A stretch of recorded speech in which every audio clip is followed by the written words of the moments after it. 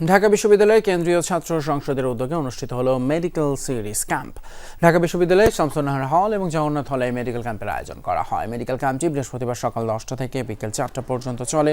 2 হলে চিকিৎসা দেন medicine, gynaecology এবং চর্মরোগের 6 জন বিশেষজ্ঞ। এ সময় 55 ধরনের ওষুধ বিনামূল্যে দেওয়া হয়। ডাকসু নেতারা জানান, মাসে একবারই মেডিকেল ক্যাম্পের আয়োজন করা হবে। শিক্ষার্থীদের মেন্টাল হেলথ নিয়ে কাজ করার জন্য আমরা প্রত্যেকটা হলে গিয়ে সেমিনার আয়োজন করা এবং তাদের ট্রিটমেন্টের আয়োজন করা, সেটাও আমরা করব।